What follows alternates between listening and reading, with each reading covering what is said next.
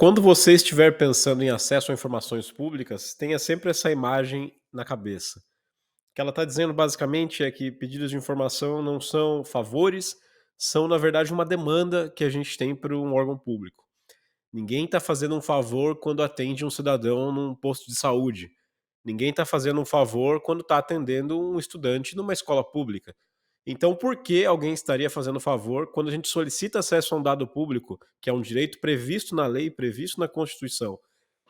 Então, isso precisa ficar bem claro por algumas questões que eu vou expor agora para vocês. Primeira, não é preciso justificar as informações que a gente está pedindo. Então, sempre que você for pedir acesso a um dado para um órgão público, a não ser que você queira, você não precisa dizer o motivo do porquê você precisa daquele dado.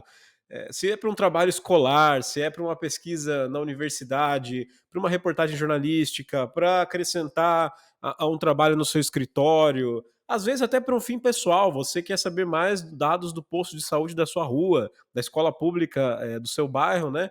Você simplesmente precisa escrever o pedido de informação com a informação que você quer. Você não precisa dizer para quem você trabalha, como essa informação vai ser usada. Isso precisa ficar bem claro e está, inclusive, previsto no texto da Lei de Acesso à Informação.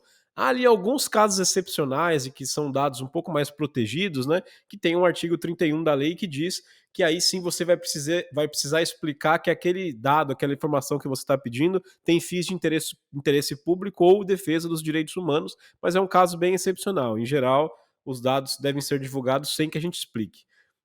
Outra frase que é sempre muito importante a gente ter em mente é que os órgãos públicos não são donos das informações. Na verdade, eles têm o compromisso, né, de produzir documentos, produzir informações públicas e de armazenar esses dados com segurança. Mas eles não são donos, eles não podem decidir quem tem acesso ou não a determinada informação. A não ser que haja ali um sigilo excepcional, por algum motivo muito importante, do tipo esse órgão produziu a planta de um presídio. A gente não pode divulgar a planta de um presídio para evitar que as pessoas fujam, que planejem formas de burlar a segurança daquele presídio. Então, tem alguns tipos de informação que não podem ser divulgados até para proteger a própria estrutura do Estado brasileiro, né? Mas a regra é o contrário, é que as informações possam ser divulgadas. Então, se você quiser fazer um pedido de informação, a primeira coisa que tem que ter em mente é que você está exercendo um direito e, portanto, você deve exercê-lo da forma que você achar mais adequada. Se você precisa pedir informações para várias universidades públicas ao mesmo tempo, por exemplo, porque o seu trabalho demanda ter dados de todas essas universidades, não há problema em enviar mais de um pedido de informação. Se você não trabalha para nenhuma instituição de pesquisa, para uma empresa, você está simplesmente pedindo uma informação para o seu próprio interesse pessoal, que pode acontecer. Você também tem esse direito.